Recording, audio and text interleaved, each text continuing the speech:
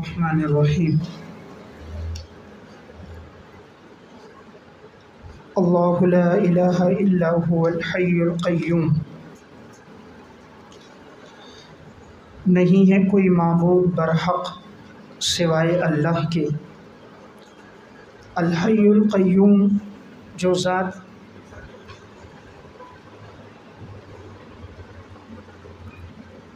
الحی القیوم جو ذات زندہ ہے اور ساری کائنات کو اسی نے برقرار رکھا ہے۔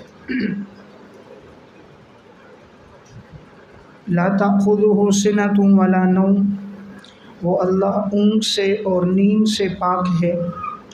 لہ ما فی السماوات و ما فی الارض، اسی کے لیے بادشاہت ہے آسمانوں اور زمینوں میں۔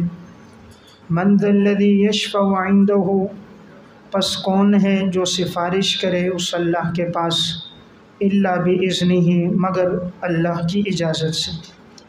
یعلم ما بین ایدیہم وما خلفہم، وہ اللہ جانتا ہے جو کچھ آگے ہے اور جو پیچھے ہے۔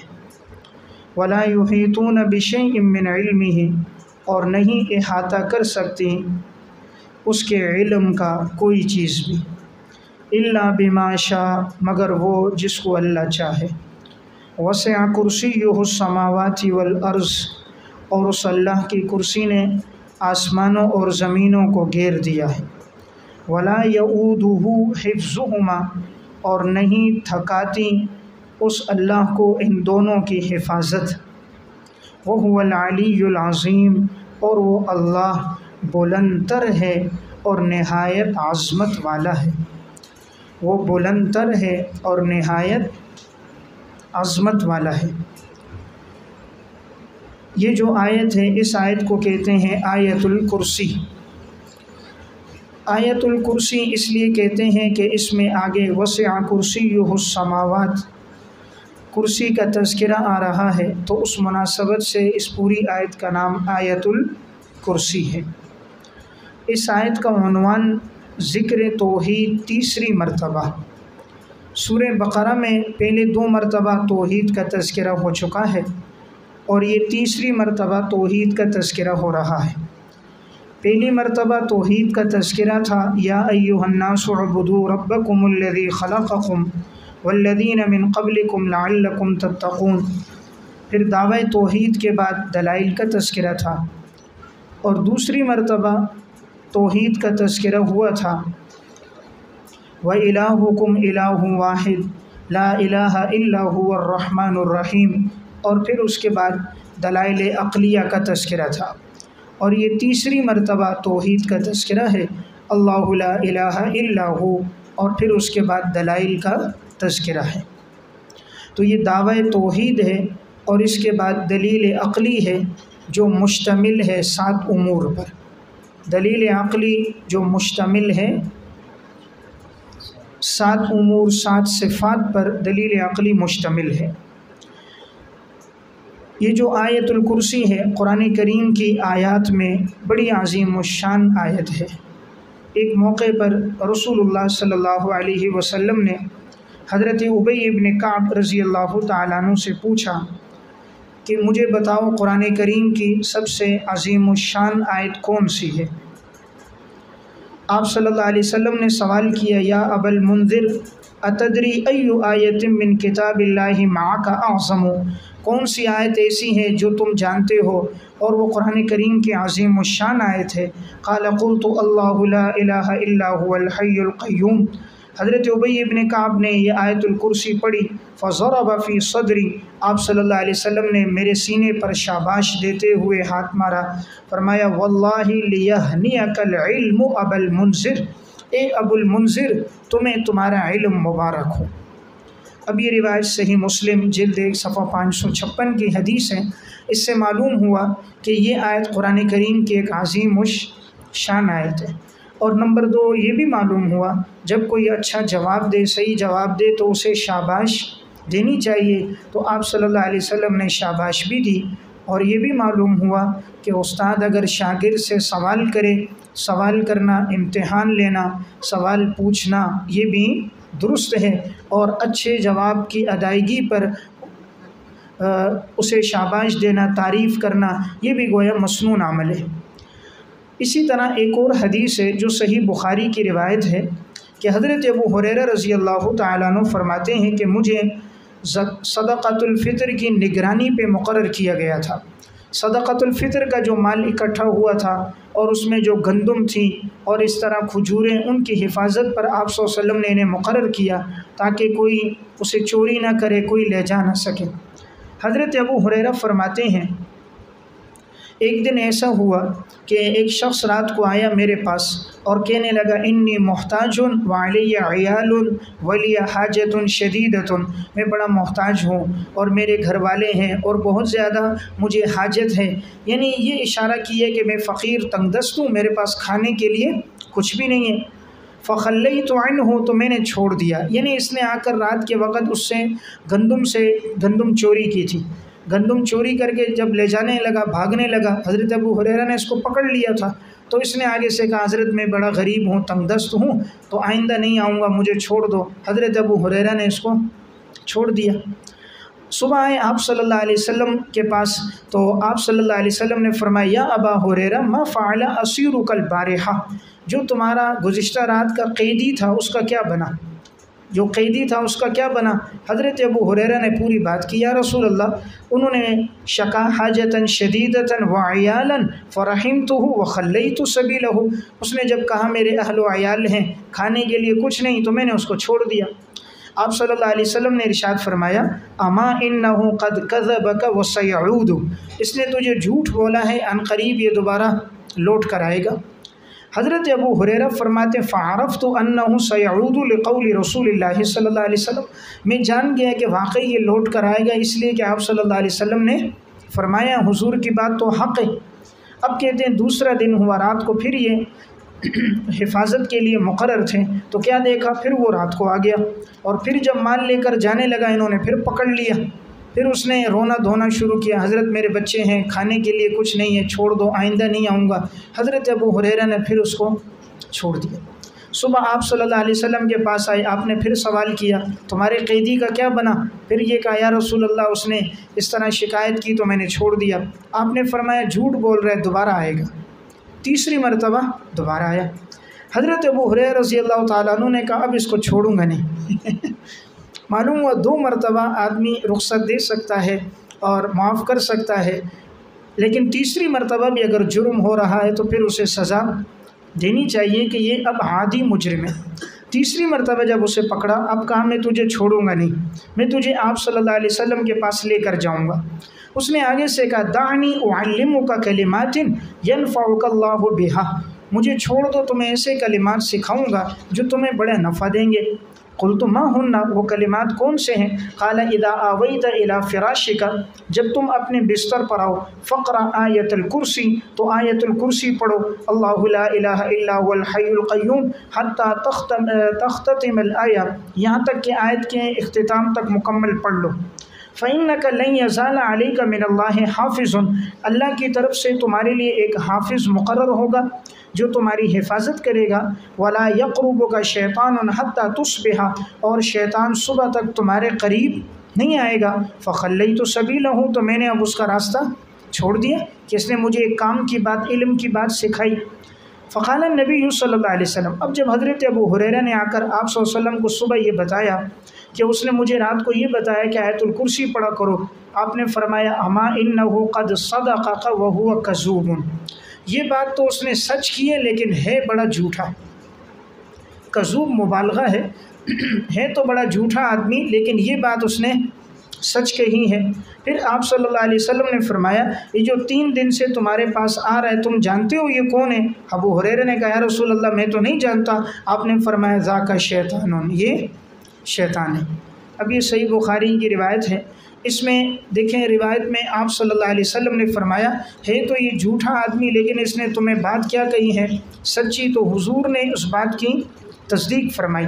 تو اب شیطان نے خود کیا کہا کہ جو آدمی آیت الکرسی پڑھ لے گا تو صبح تک، یہ شیطان نے کہا میں اس کے قریب نہیں جاؤں گا اور وہ شر سے محفوظ رہے گا، تو اس لیے جو آدمی آیت الکرسی پڑھ لیتا ہے وہ شر سے محفوظ رہتا ہے۔ اس لیے انسان خود بھی رات کو پڑھنے کا اہتمام کرے اور اپنے اہل و عیال کو بھی آیت الکرسی سکھائے تاکہ وہ بھی اس کے پڑھنے کا اہتمام کریں۔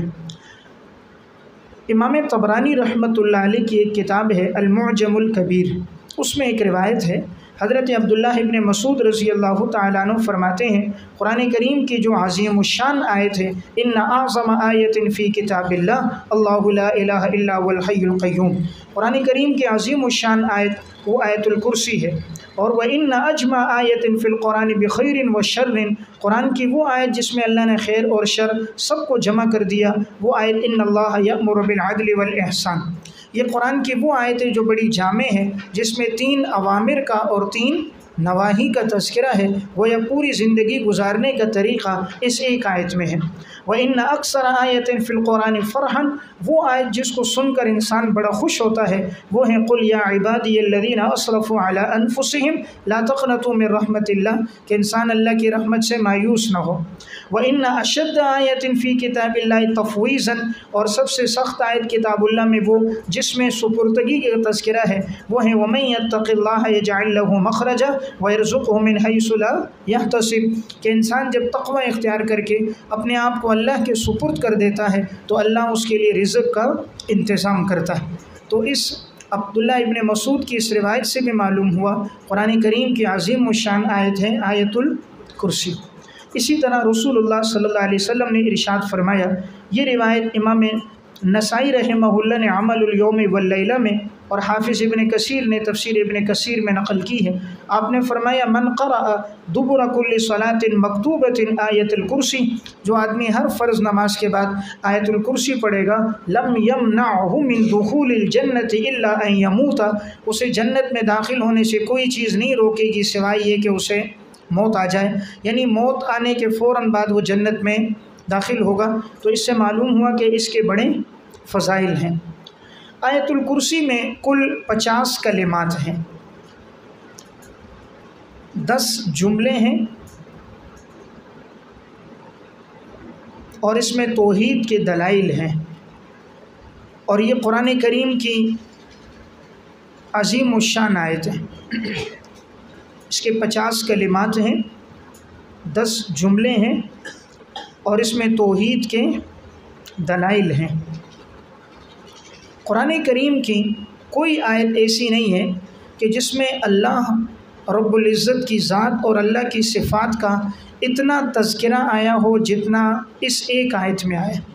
یہ ایک آیت شیطان پر جنات پہ کیوں سب سے زیادہ بھاری ہے کہ اس کو پڑھ لو فوراً شیطان بھاگ جاتا ہے، فوراً جنات بھاگ جاتے ہیں اور ان کا داؤ نہیں چلتا، تو قرآن کی سب سے بھاری آیت شیطان اور جنات پر وہ آیت الکرسی ہے، اور اس کی وجہ یہ ہے کہ سب سے زیادہ اللہ کی ذات اور صفات کا جس آیت میں تذکرہ ہے وہ ہے آیت الکرسی۔ اب میں یہ عرض کرتا ہوں، آپ اس کو اپنے پاس نوٹ کرتے جائیں کہ اللہ رب العزت کا تذکرہ اس آیت میں کتنی مرتبہ ہوا ہے۔ اللہ لا الہ الا ہو، لفظ اللہ نمبر 1، تو اللہ رب العزت کا تذکرہ ہوا ہے۔ لفظ اللہ اللہ کا عالم ذاتی ہے۔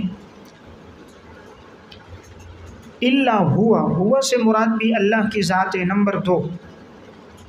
الحی نمبر 3، اللہ کی صفت ہے۔ القیوم نمبر 4، یہ بھی اللہ کی صفت ہے، ساری کائنات کو اللہ نے برقرار رکھا۔ لا تاخذہ، ضمیر کا مرجع اللہ رب العزت ہے کہ اللہ رب العزت نیند سے پاک ہے، تو نمبر 5۔ لہو کی ضمیر کا مرجع بھی اللہ رب العزت ہے، نمبر 6۔ من ذا الذی یشفع عندہ، اللہ کے پاس کوئی سفارش نہیں کرے گا، تو ہو ضمیر کا مرجع بھی لفظ اللہ ہے، نمبر 7۔